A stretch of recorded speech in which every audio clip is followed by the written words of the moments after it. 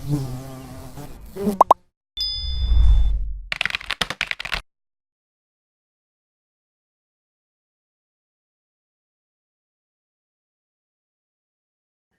Faizin, how are you? Hi Jafu, doing fine, doing fine. How are you? Alright, so hi ladies and gentlemen online. Thank you for logging in to attend this live webinar training, How to Conquer the World with Your Brands. Faizin, the floor is yours. Okay, thank you Jafu. Okay, good morning everyone. Hi, I'm Faizin from CAS International. I'm here for I'm here for 7 years with CAS International, and it's my pleasure to have this webinar with all of you. Thank you so much for tuning in. And what we're going to talk about today is very related to your business. I know that most of you must be business owners, and the webinar today will be discussing on how you're going to bring your business, your brand, your reputation overseas instead of just having your business locally. We're going to discuss more on that today. Without further ado, let's start. So now, conquer the world with your brands. I would like to thank you so much for tuning in, and also for taking your time to be with us in this webinar. And I think some of you may already have been in the overseas, and while some of you don't. So, but when it comes to starting a new business, you should always think global and expand your business to a more wider market. So what we're going to discuss about today is in regards of the connection of between your brands and also the business that you're having now. There will be a lot of information provided and shared today. So please take note on the important parts of how you're going to take your brands overseas, and also what are the things that you need to look into, and so on and so forth. So before we so now let's start with the I would like to share a famous quote from famous person. I think everyone should know this person. First think, second dream, third believe, and finally dare. So this is what Walt Disney said last time. This is part of his motto in regards of his business, how he runs his business. So you see, Walt Disney, I would like to share with all of you something about Walt Disney and how he came out to be very, very famous, how he came about to have all these Disneylands all over the world, in many, many countries, and also how his character, the most famous cartoon character, is Mickey Mouse, and how he actually believes, first of all, he think of what he wants to do. Secondly, he dreams about it, and third one, he believes in himself that in himself that he can do it and he can be successful. And finally, he acts on it. He dares himself to go broader in regards of his reputation, and his to become a successful person. So Walt Disney started as he only drew comic strips for newspapers, and then when he got his job at the art studio, he did advertisements and so on. So all this he started small, So gradually he becomes one of the most famous, actually the most famous cartoon caricature, and with the character, the most famous character Mickey Mouse, and also he built Disneylands. And currently Disneyland is in few locations like Florida, California, Hawaii, Japan, Hong Kong, China, and also France. So without further ado, let's move towards what we're going to discuss today. Now, this is what, by end of this webinar, I'm going to share with you a lot of information on this. So the first thing is, we will discuss on what is a brand, and what is the connection between your brands, your reputation, and your business growth. How you're going to bring your brands overseas.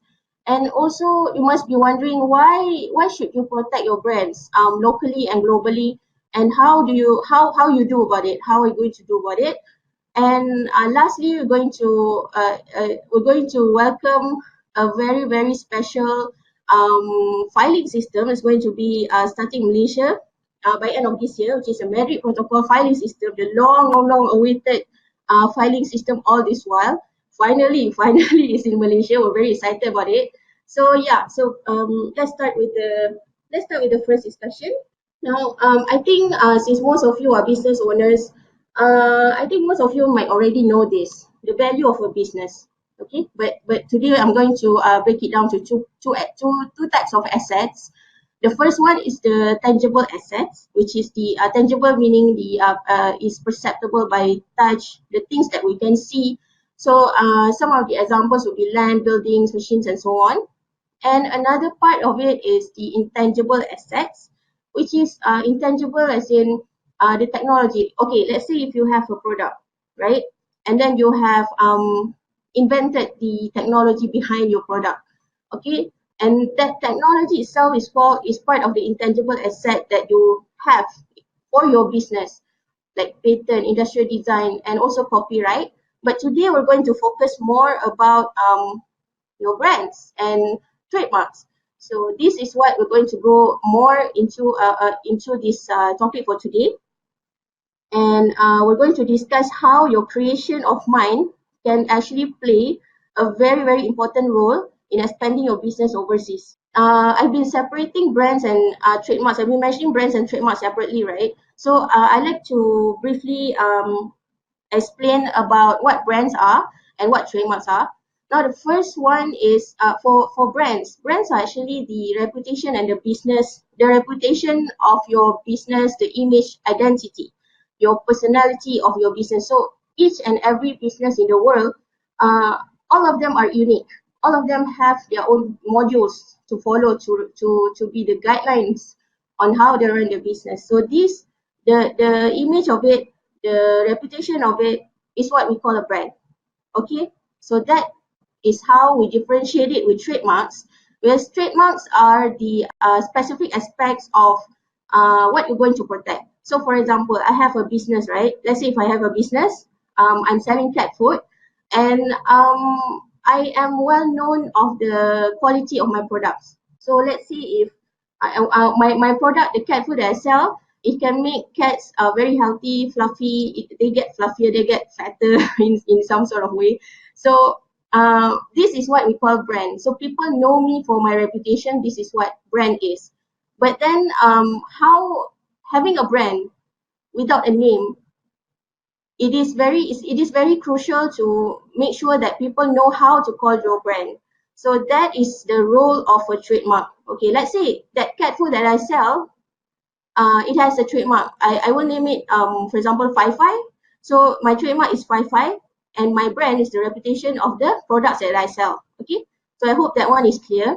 Now, I would like to share all these. These are the common, not common, sorry. These are the trademarks which are, I think, well known to every one of us. Okay, so for example, Google, CocaCola, Starbucks, McD, Facebook, and so on. See, Nestle, KFC, and so on. Now, what do these trademarks have in common? You see, so what do these trademarks have in common? All these trademarks, all these brands, okay, they actually started their business locally. They don't when they first started their business, they didn't go straight to other countries, foreign countries. All of them started locally, and then from there they develop their brands, and then they protect their trademarks. Okay, so we will discuss further on this later in this webinar. And also they brought after they have developed and they have gained the reputation, they brought their brands global. So these are the similarities between all these brands and brands and trademarks and the business that they run. Now, I think I would like to share some of the stories from some of the brands here. I think I will be sharing about CocaCola.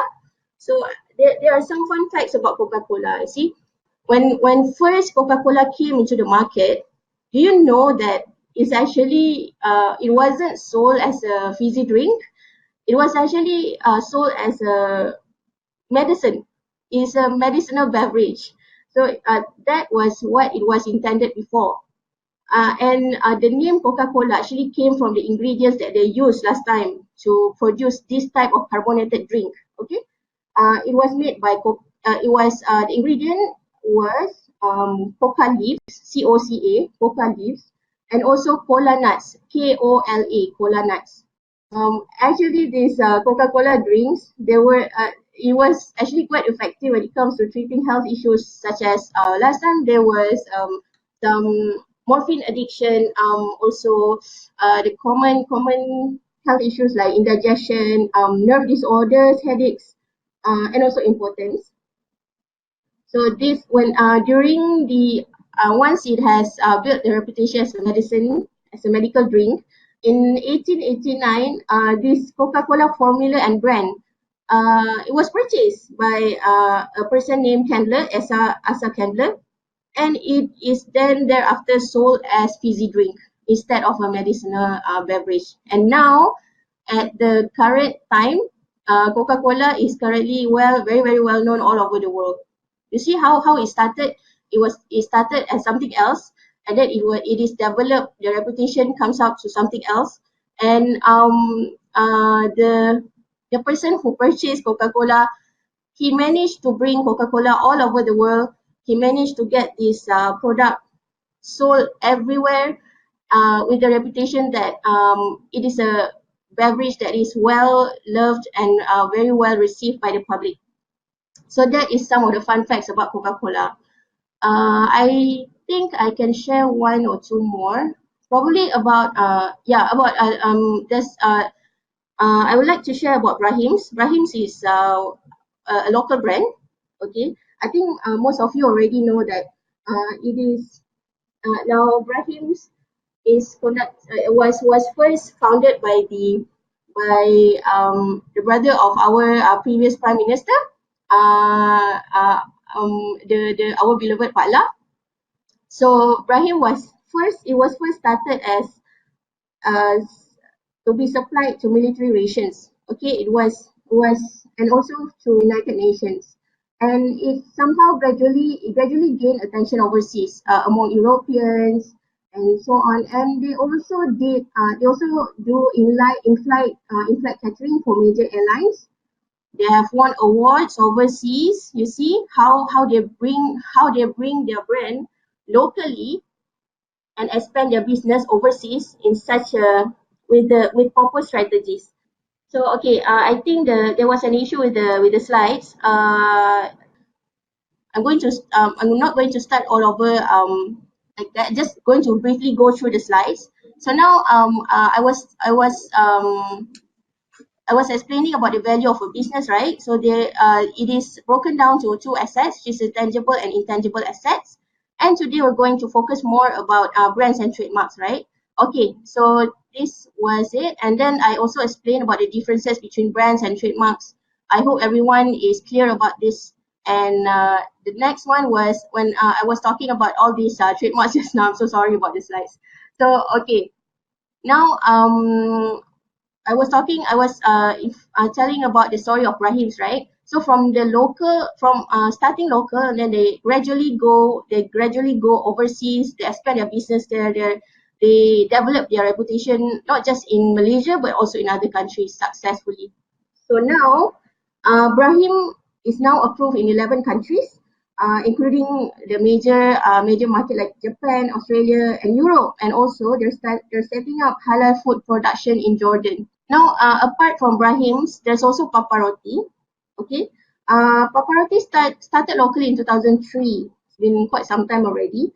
Do you know that not just in Malaysia, they actually protect their trademarks overseas as well in all over the countries. All over the world in many countries. So currently, as of date, they have more than 400 cafes and kiosks all over the world.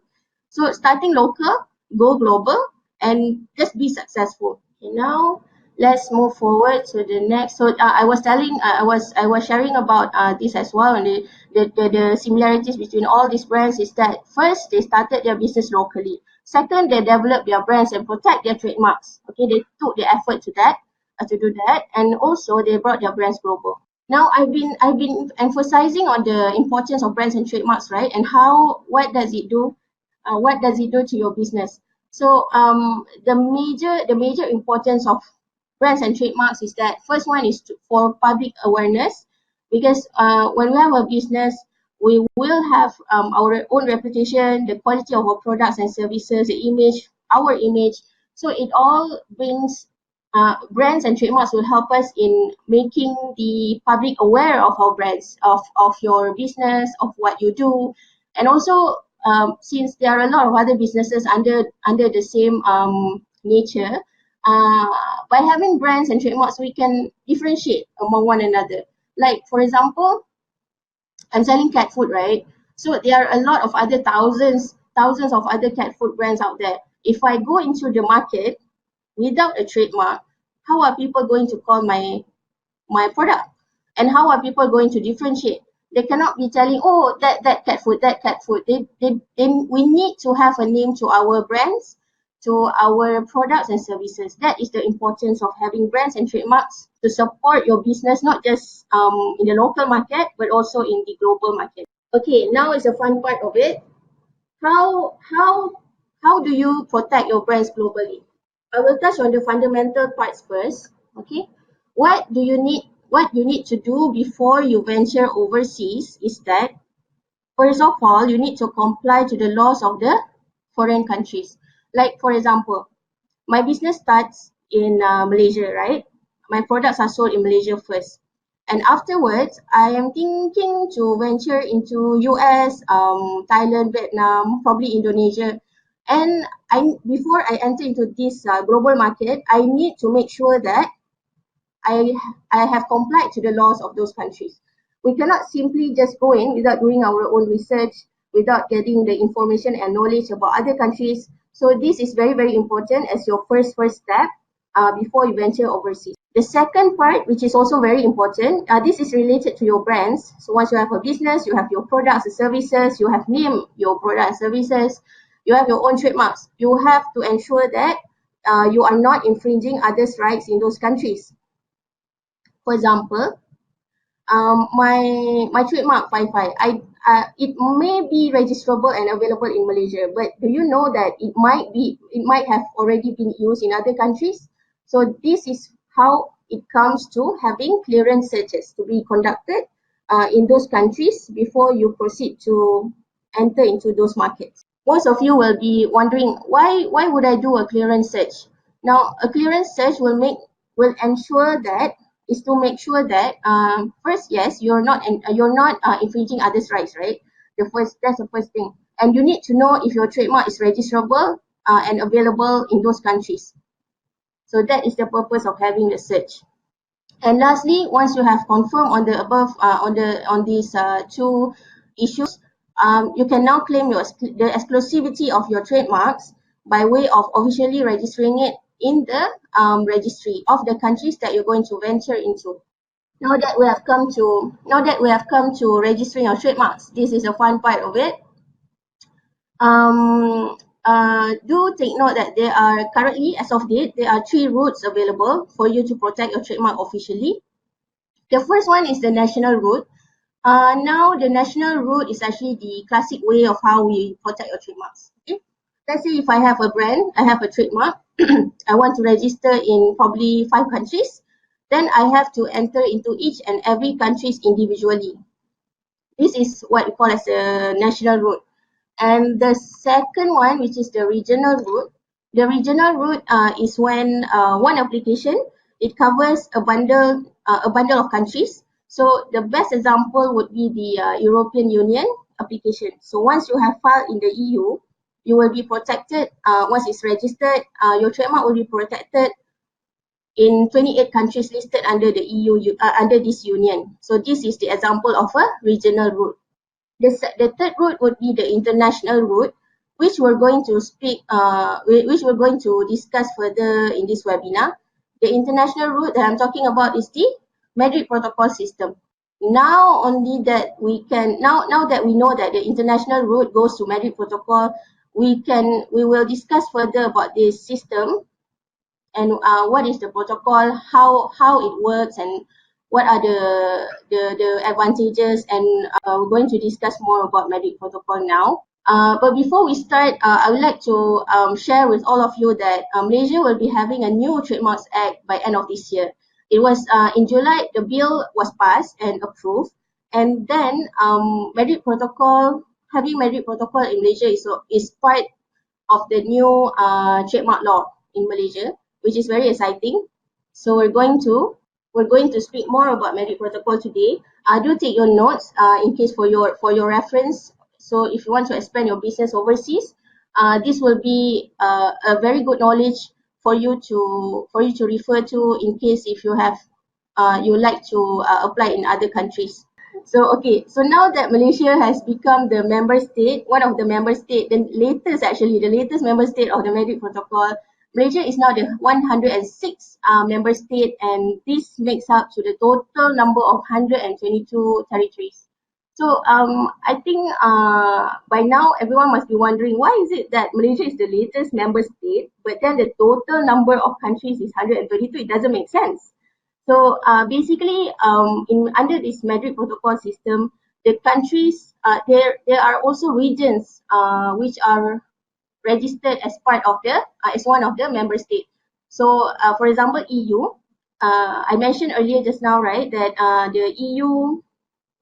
the Union covers 28 countries. So some of those countries under the EU application is actually covered under the are also member states of the Madrid Protocol. So that's why the numbers are like that.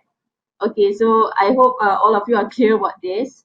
Okay, the best thing about this year, I would say that the Madrid Protocol will be entering will enter into force on 27 December 2019 onwards, and we can start using the system already. So this is something about so what now this is the summary of it.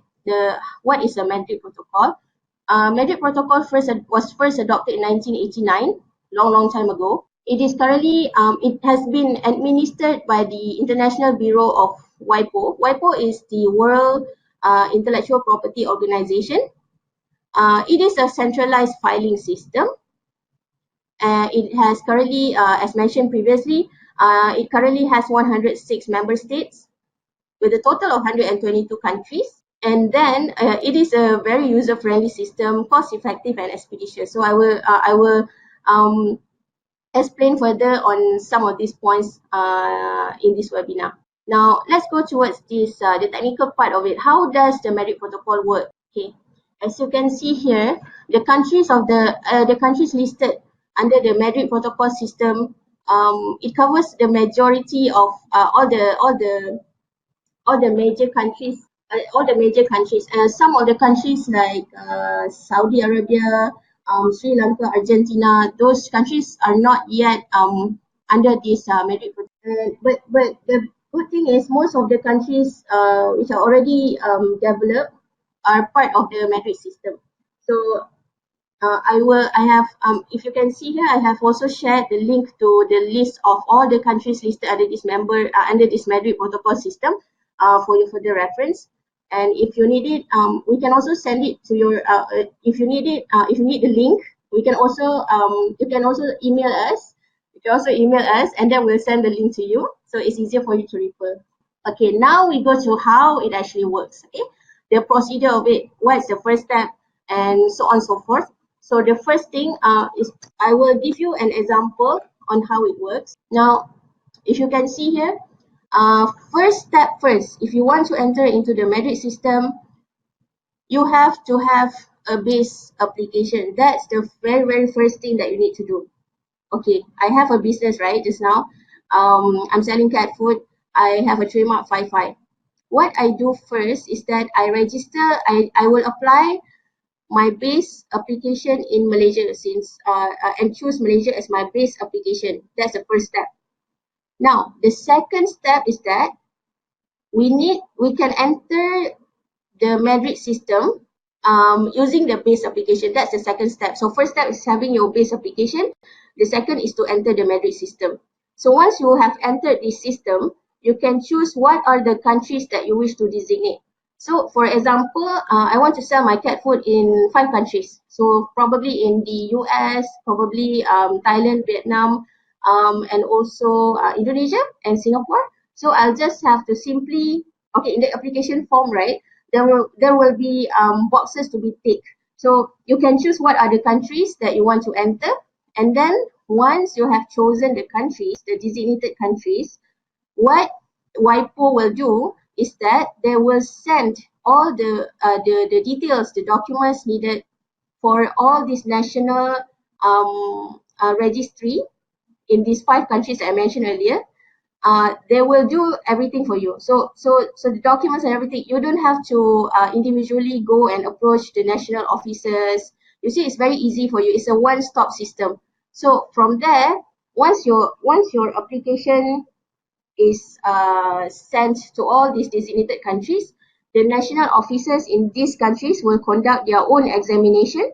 So each of the country will conduct it, and then if the examination goes well, your application will go to registration. Your international, your registration in those countries will be successful, and you will be given a statement of grant. So that is how it works. This is basically how it works. Okay. I hope that the procedure is clear. Now let's move forward. I would like to share some statistics. These are quite. I'll go quite brief on this. Okay, on the statistics. Just for your information. To show that how Madrid Protocol system is being well received and then well used by everyone in the world. Like all the most of the business owners in the world who would like to expand their business overseas. Okay, now I would like to share on the trend in the international registration within 2004 to 2008. If you can see here, the graph has been gradually increasing. Okay, as you can see. So this is the trend, the current trend now up to last year. Okay. And then let's go next. Who filed the most in 2018? So altogether, there are 61,200 applications altogether. And the top applicants are as follows. If you can see, the first one would be Novartis, L'Oreal, Daimler, Apple. Apple is at the fourth place.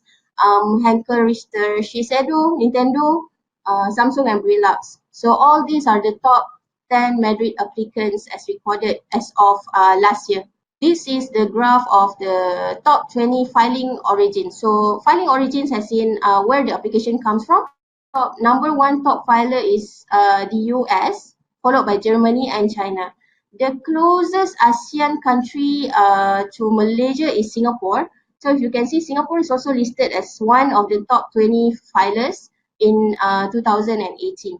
And this is the top 20 designated contracting parties. Now, what is the contracting parties? We call contracting parties for those countries that we designate. Like just now I mentioned about having a business selling my cat food. I have my business application in Malaysia and I want to designate 5 other countries. So the 5 other countries are the contracting parties. So here we can see that a lot of applicants have chosen EU, China, US to be included as their designated parties, designated contracting parties in their applications, because these are some of the major market in the world, and it is actually a very smart move for them to enter into this market and expand their business further. Now this is these two are the comparison between 2008 and 2018. The graph, the pie chart here. I just like to emphasize on how the applications in the Asian region has been tremendously increased just within a decade. If you can see here, the difference from 10% to 34%, and it now it covers almost a quarter of the graph. This shows that how the Madrid system is well received, especially in the Asia, and how the Asian business owners are getting more input and also more aware of the system and how it would benefit them in a way that they can expand their business globally in a much more systematic and easy way. And this is what I like to share as well. As of last month, Madrid system has recorded is 1.5 million international registration. That's a lot. So 1.5 million. This is not child's play. This is a major thing happening, and Madrid system has been helping a lot of business owners out there. This is a proof that it is also well received and easy to use.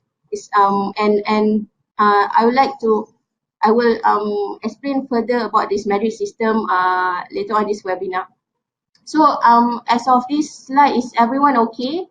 If anyone has any questions at all, you can just put it in the chat box. We can address it by end of this webinar. If you have any issues, or if you cannot view the slides, or if you cannot hear me very well, or there's some sound issues or something, you can just let me know. So, okay, so if just let us know in the chat box, yeah. So let's move forward. This is another fun part of having this new system, whereby I will explain further on the advantages and also the disadvantages of having this merit system in Malaysia. How it will benefit to your business, and how in certain situations that it might not be suitable for you based on your strategic plans. Okay, so let's move forward. Now, there are several advantages. These are the main advantages of having merit system applied to your trademark protection. Okay. The first one is that merit system is a very simple system. It's very user friendly. And second one is that it's a one-stop. It's like a one-stop center where you can easily manage your trademark portfolios. The third one is that is cost effective. I will show you some comparison later on between national route and also Madrid Madrid system route.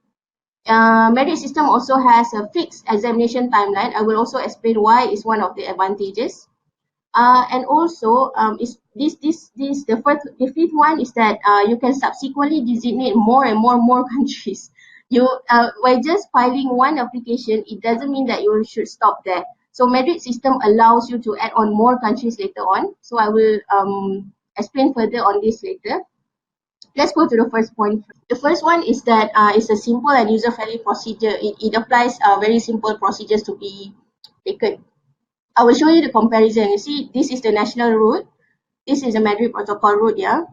Okay. Earlier in this webinar, I mentioned about me going for national route, right? I have my trademark 55, and then I want to go into, for example, 4 countries here: Singapore, Vietnam, Thailand, and China. So let's say if I take this route, if you can see here, as being an applicant, I have to approach each and every country's local attorney. And this makes me as a business owner to spend more time to enter into each country individually. And also, since we will need to assign local attorneys in each country, it will surely add additional cost to assign those the attorneys to help us on this in these countries, and to be our local representative there. And also, since it's a national rules usually involve several stages. So the fees is not like you apply and then you file one fee and that's it. No, it's not like that. If you use the national route, which is the classic one, is that when you first file, you will have to pay once, and then when the next stage comes in, you will have to pay another fee, something like that. So that is the example of why I stated there that multiple fees are to be made separately. And the another part which is not really good when you have a lot of countries to file a trademark in is that the filing dates, the renewal dates, all will differ from one another, especially when you enter into each country during separate time and dates. Okay. And also, like here in, for example, in China, they actually require translation to be provided.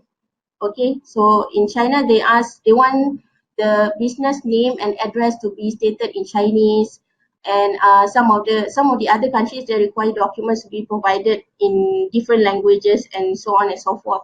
So this is the national route. Let's compare it to the Madrid route. You see how different these two are? You see? Okay, now Madrid Protocol system. As an applicant, you have to have your base application, right? That's the very, very first step that you need to do. And then you can enter into the Madrid system, and your information, the details will be lodged to WIPO, the International Bureau of WIPO. From there, your information and details will be sent to all these national countries. So from here, as you can see, it's a very simple system compared to this one, right? You can see there's not much hassle to enter into Madrid Protocol system. You see, the first thing is that it saves a lot of time. And second one is that you only have to pay one fee, and it's cost effective. But only for and only there's only one application that you need to maintain, and it covers all the countries that you wish to enter. Also, it applies one language, so you don't have to provide. You don't have to hassle. You don't have to get into the hassle of getting translations, the transliterations of your trademark, and so on. And also the filing date, this is the fun part of it, which is the filing date will be the same because it's one application, right? So there is one filing date that is standardized for all the countries that you are entering via this Madrid system.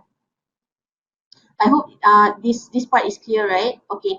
If you have any questions, don't forget to put it in the chat box. I can surely address it by end of this webinar. As mentioned several times just now, it is a one-stop system, and it's very easy for you to maintain, manage portfolio. So these are some of the information that you can simply go to the system, you file it once, and it will be affected in all the countries that you have already recorded a trademark in under this Madrid system. So for example, renewal.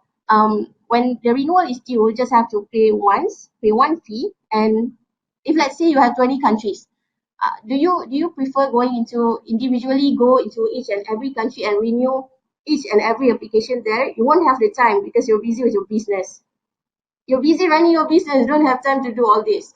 So Madrid system is very beneficial when it comes to that. It's easy for you to maintain. It's just one click and everything's affected under all the countries. Very easy. So these are some of the things that you can change, and it will be affected together. Change of applicant's name, address, change of ownership, and also the limitation of goods and services. Cost effective. I know this is going to be very interesting because I'm going to show you a comparison of the cost between having national route and also the Madrid having the international registration route. Okay.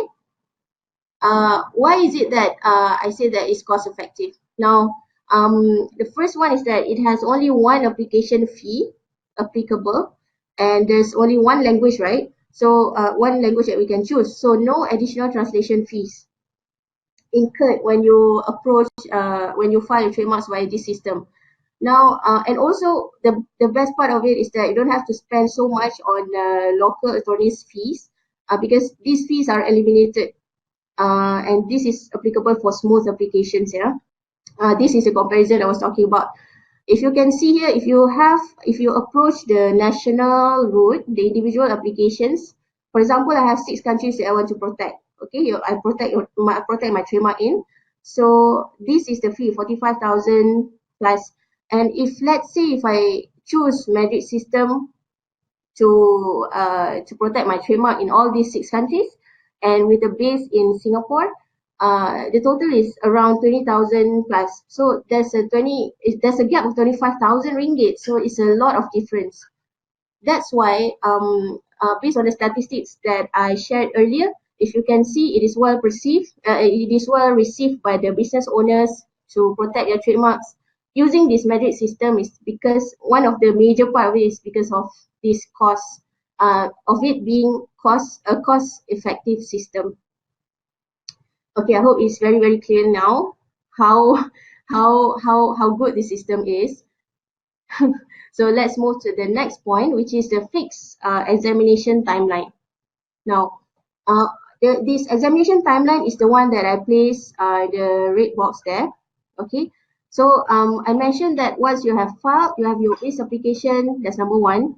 Second step is to enter into the Madrid system. That's the second one. And then the details will be sent to all the national offices that you have chosen, you have designated under the countries of interest. So all these national officers will conduct their own examination, right? So this is what I refer to as the examination timeline. So when you approach this system, the examination timeline will be fixed, which is within 12 to 18 months. Okay, so if there are two possibilities after this examination stage, is either your trademark will be accepted. So once it is accepted, it will proceed to grant. That's the small application. But if let's say in these countries you face objections, or we call it as provisional refusal, for example, it will be issued within 12 to 18 months. So having this kind of timeline is actually very good, because for as business owners, you will have your own strategic plan on, for example, I want to enter my 55 trademark. Probably in the first 3 years, I want to enter into 5 countries. And then 3 years onwards, if let's say my business is booming, then I will want to go into more in other major countries, probably enter into another 4 countries, for example.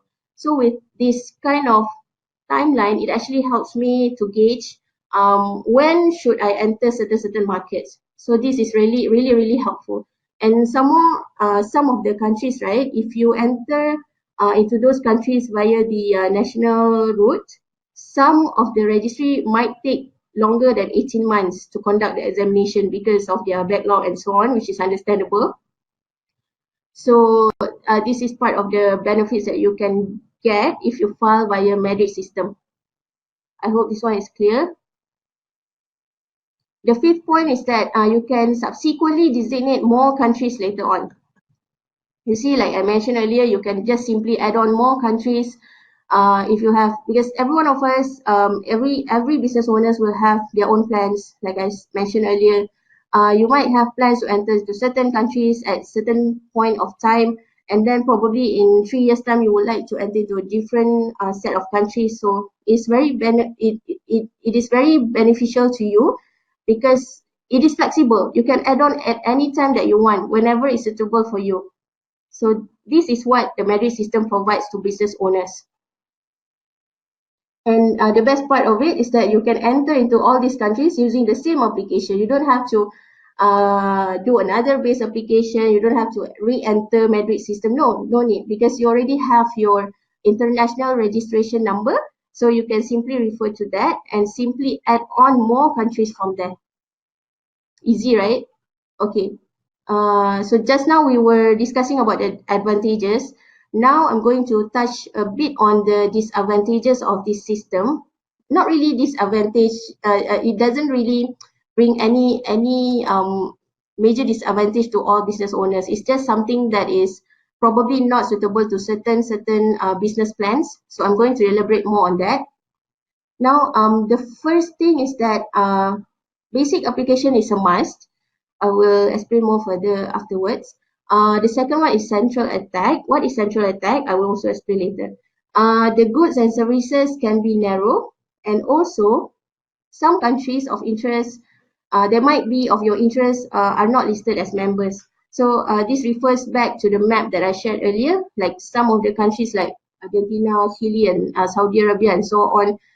They are not listed under this Madrid system. I will elaborate further shortly. Now, basic application is a must. Why is this a disadvantage? I will share with you what happened before Malaysia enters into the Madrid system. So, in order for an applicant to enter into the Madrid system, the applicant must have a connection to the member state. One of these three options. The first one is that it's either the applicant is connected to the member state by way of nationality, okay, or you need to be domiciled there, or you have the place of business in that particular country. For example, my 55 trademark is originated from Malaysia, right?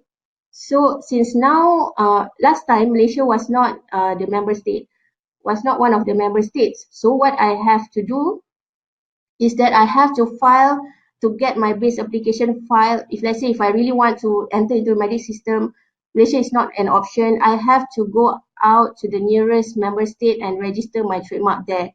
So it's a bit of hassle since okay, it's a startup business.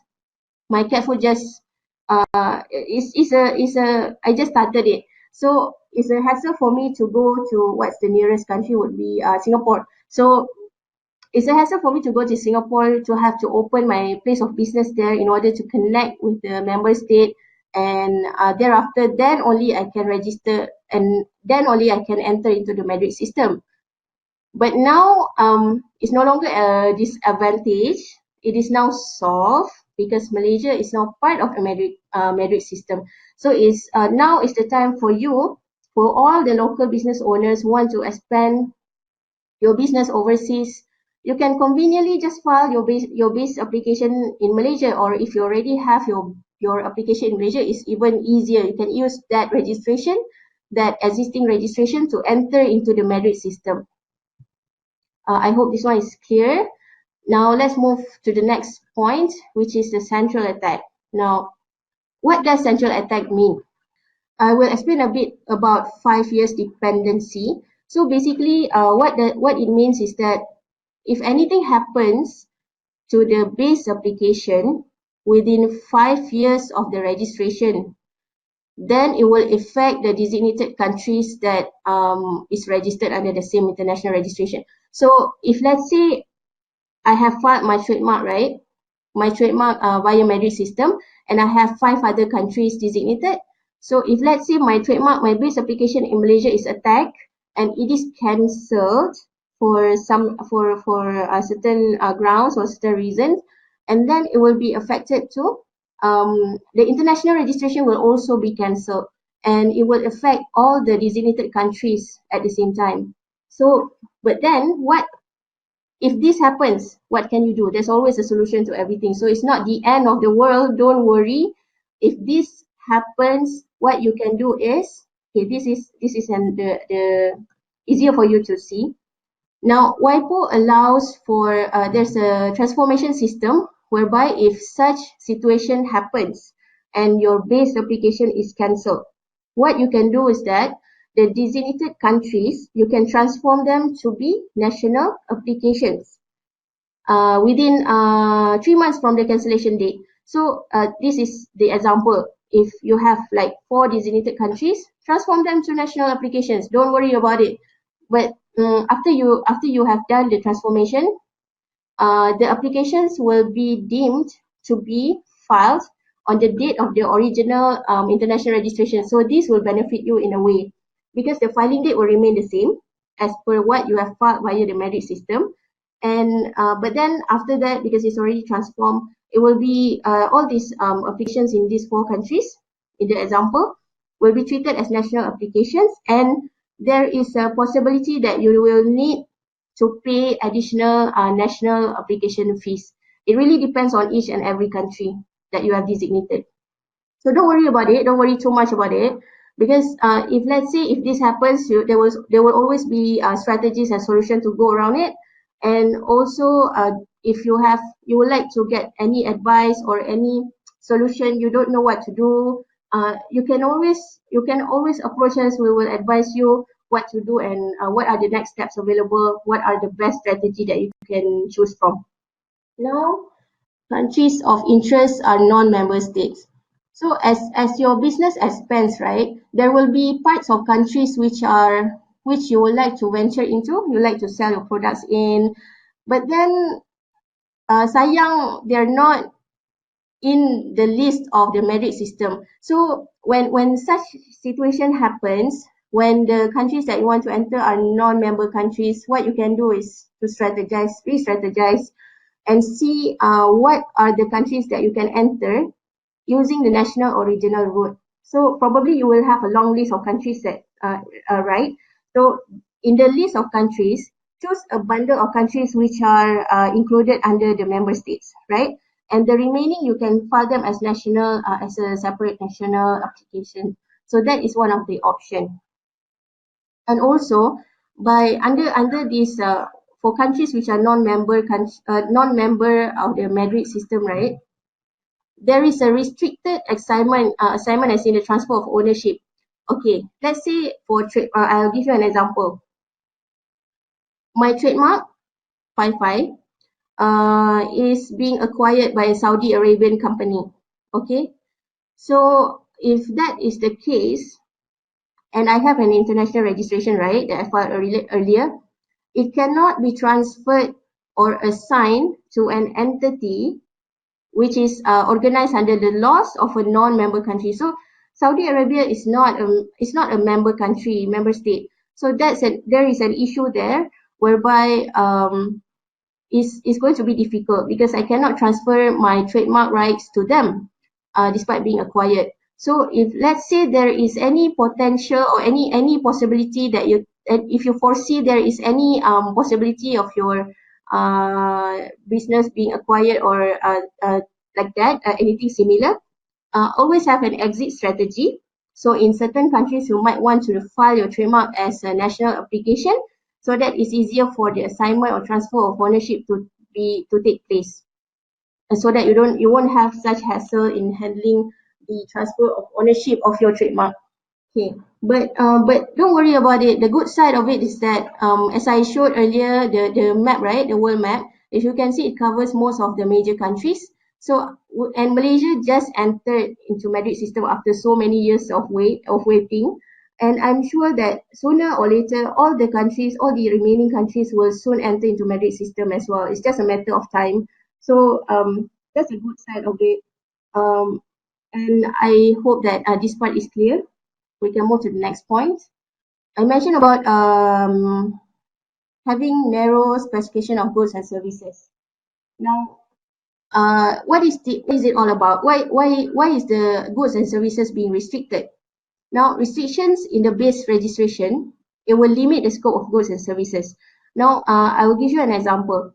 One of the USA and China, they are restrictive countries when it comes to goods and services. You see, for example, in China, China, they use the general classifications, okay? National class, the usual classes that we use for all other countries, classes of goods and services. But then, based on the China IP practice, they actually divide those general classes further into subclasses, smaller subclasses, yeah. So the subclasses are very specific. For example, let's say if I file my trademark directly with the China trademark office, I can choose the subclasses myself. So it's easier for me to relate what are the products that I actually sell to the subclasses that I can find under their practice. But if let's say if I enter into the merit system and I choose China as part of the designated country, then I might be having some sort of issue with the specification of goods, because it really depends. It really depends on what you sell and what are the specific terms that you need to be for your application in China. So when this happens, if I enter into merit system and you see the goods and services will be based on the base application, right, in Malaysia. So when this happens, the China trademark office will decide on the subclasses themselves based on the description that we already filed in the international registration. So there is some sort of a possibility that some of the subclasses might be missing from the China application. This is one of the issue that we're having in case if we have USA or China as part of the designated country. But most of the time, we will don't worry about it, because usually before we file trademarks via this Madrid system, we'll usually do our research and then we'll find out if the goods and services, how can we draft the goods and services accordingly to the products that you sell or services that you provide, in order for it to be standardized in all countries. So don't worry about it. If you have any issues trying to choose what are the goods and services you need to put in the base application, always approach us. We can advise you from A to Z. Don't worry much about it.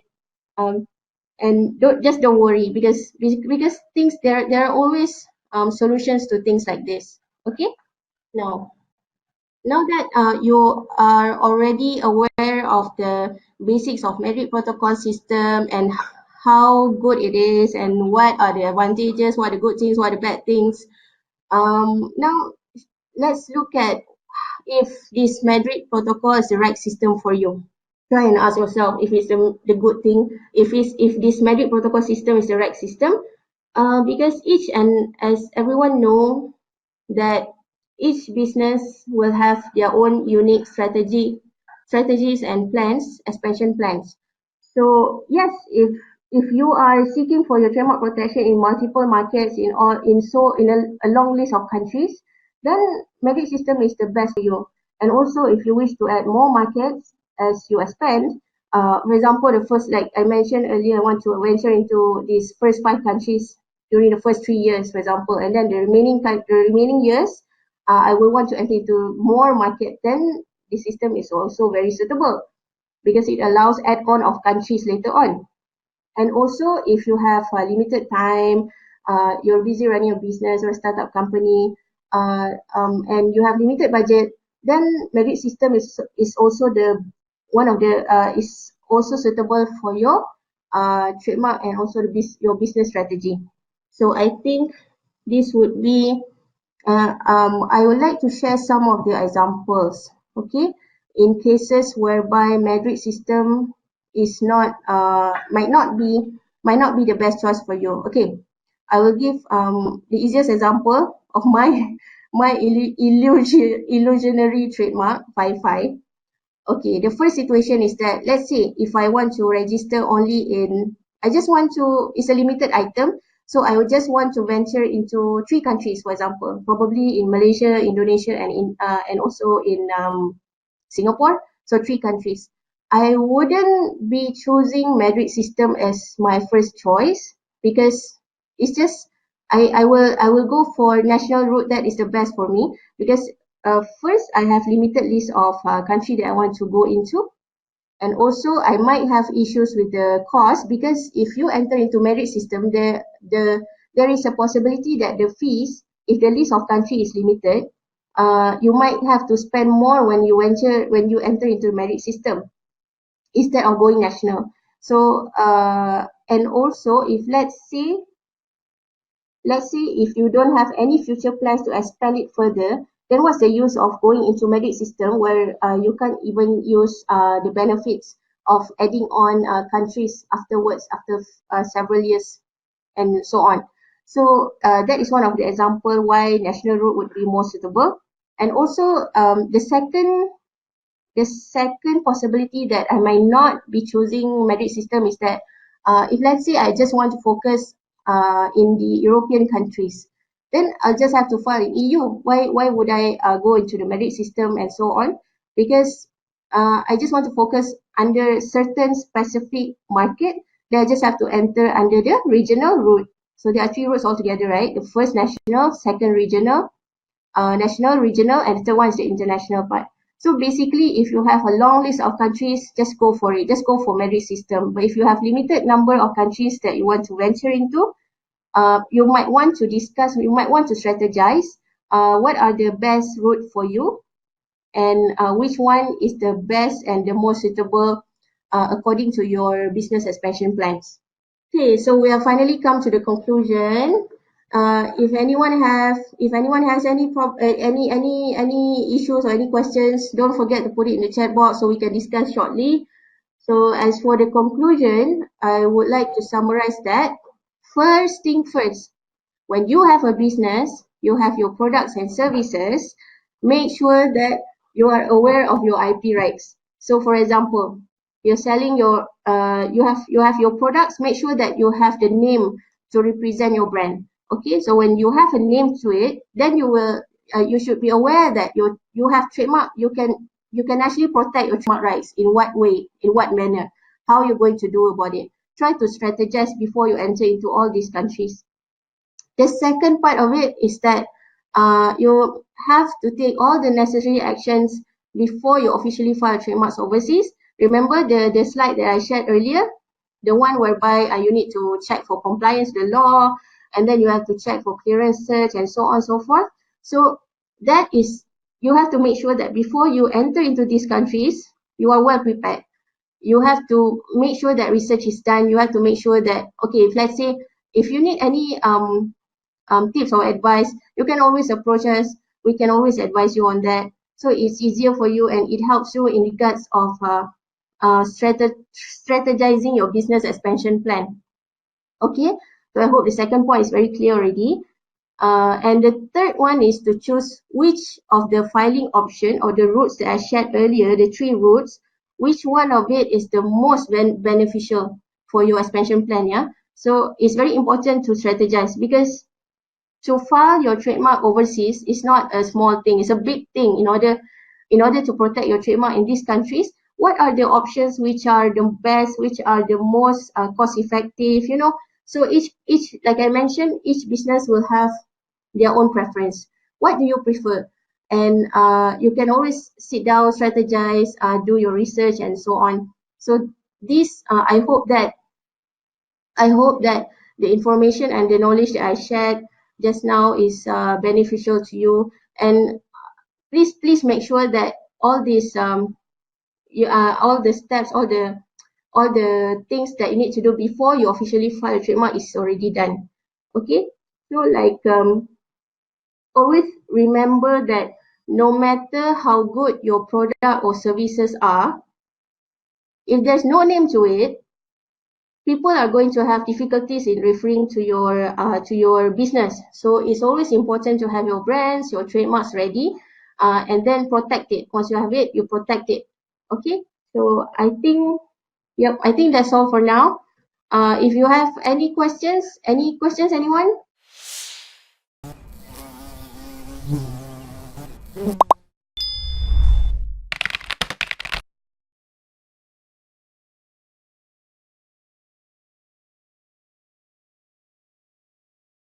So Faizin, I have a question.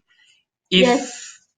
If with the Madrid Protocol, right? In Mm. your view, will the IP lawyers see decrease in their business? Oh, okay. So I mentioned earlier that when we enter into the Madrid system, the need to have local attorneys will be eliminated, right? So basically, so remember I mentioned about the application will be examined in national offices, and then there will be two possibilities, Yes. which is the either is going to be accepted or is going to be objected, right? Yeah. So there are two possibilities. So if let's say your application is objected, provisional refusal will be issued. And in order to respond to the provisional refusal, you have to assign a local attorney to respond on your behalf. So you cannot attend to it on yourself. You have to somehow get a lawyer. So in the end, if let's say you have any issues with your Madrid system, Madrid application in those countries, yes, it won't really affect because and also because if let's say the marriage is in a way that if let's say an application is objected, then provisional refusal will be issued. Then the need of having a local attorney is will be there. So they will approach local attorneys, and I don't think it will really affect the business of the local IP attorneys. I hope that answers your question. Okay. Yep. There's a question from Deep. Mm. Says, how many certificates of registration will I receive if my trademark in 10 countries using the Madrid Protocol? Is it one or just 10? Okay, now once you have entered into the merit system deep, once you have entered into the merit system, and the WIPO, the World Intellectual Property Organization, they will conduct their own examination, the formality examination. Okay, so once the examination is done, you will be issued with a certificate of registration. But always remember that when we enter into the merit system, and a certificate of registration is issued, that doesn't mean that you have a successful registration in all the countries that you're in, yet that you have chosen, because this certificate of registration issued by WIPO is just basically informing you that the formality examination is done. So at that stage, it's going to be the documents, the information will be sent to the national offices. So that's the first part of the certificate of registration. So I think what Deep mentioning is that when a trademark is granted, right? So in these national offices, there is something called statement of grants. So statement of grants, if let's say you have 10 countries using this Madrid Protocol, you will receive, if let's say all the countries are successfully registered, you will be issued with each statement of grant for each country. And as for the certificate, as in the hard copy of certificates, it actually depends on each country, and there might be some fee to be paid to the national office if you really need the hard copy of the actual certificate, which will be corresponding to the statement of grant being issued. So I hope that that explains clearly. Deep, is that clear to you? So Deep, is that clear to you? Alright, we have another question from VJ, which he asked, can I file trademark by myself for Madrid Protocol or do I need a professional like us? I see. So usually, if you're a business owner, you can enter into the Madrid Protocol, but then, like I mentioned earlier, before you enter into any system at all, any countries or venturing overseas, you have to make sure that certain standards are being fulfilled. So, for example, like I mentioned about clearance search, right? So before entering into these countries, you need to approach professionals, yes, like CAS, to conduct the clearance search for you, because based on our experience, decades of experience, we know what each and every country needs from the applicants. So if let's say, because we don't want to go straight, and if let's say I'm a business owner, I will be quite scared to enter into all these countries without having a proper guidance. So it's best for us to approach professionals. Local ones is okay, because all of them will be they will have full knowledge of what's going on in these countries, and then we can advise you further. We will also discuss on the strategies. So before you enter, you are fully equipped with the information that you need. So it's very, very important to, yes, you can file yourself, but it's going to be risky if something else happens. So we don't want to spend money on something that we're not sure or well equipped of. So I hope that that explains that, Vijay. Okay, next question by Glazer. He says that he understands that we can use our existing registration as a base application for Madrid. So is there any time limit for it? No, there's no any specific time limit for it. If you have your base registration since few years back, it can also be used to enter the Madrid system. Yeah, Okay. hope it is clear, Glazer. All right. The next question by Alisa is, if we file subsequent designation if we file subsequent designation for additional countries, what will the filing date be? The filing date. Okay, now the filing date will follow the date that we enter when we first we file a base application in Malaysia, right? We will not follow that date, that national base application date. What we'll do is that we'll follow the date that we enter the Madrid system. So Okay. let's say I filed my base application yesterday, and I enter into Madrid system today. So when I enter into the Madrid system, I will also choose the countries which I want to be in. So the filing date will be based on that date. Yeah, I hope it clears up the confusion about the filing date. All right. Mm. There is one more question by Alpha, which asks that are there any language restriction on the name of the trademark? Because now at ROC, you cannot have a mixed English and Malay company names. For instances, in Malaysia, Seni Kata Services Sdn Berhad is no longer accepted by ROC. However, agency Perundingan Seni Kata is approved. So what's your view I on see, that? I see. There are no language restrictions on the name of the trademark, because trademarks are your creation of minds. You can go as creative as you want, as long as it complies to the trademark law, and as long as it is distinctive, it is not descriptive of what you do.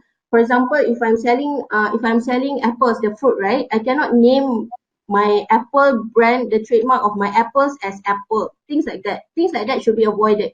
But if you're worried about the language restrictions, maybe you should look into having some research on whether, okay, let's say if you want to use a different language for your trademark, right?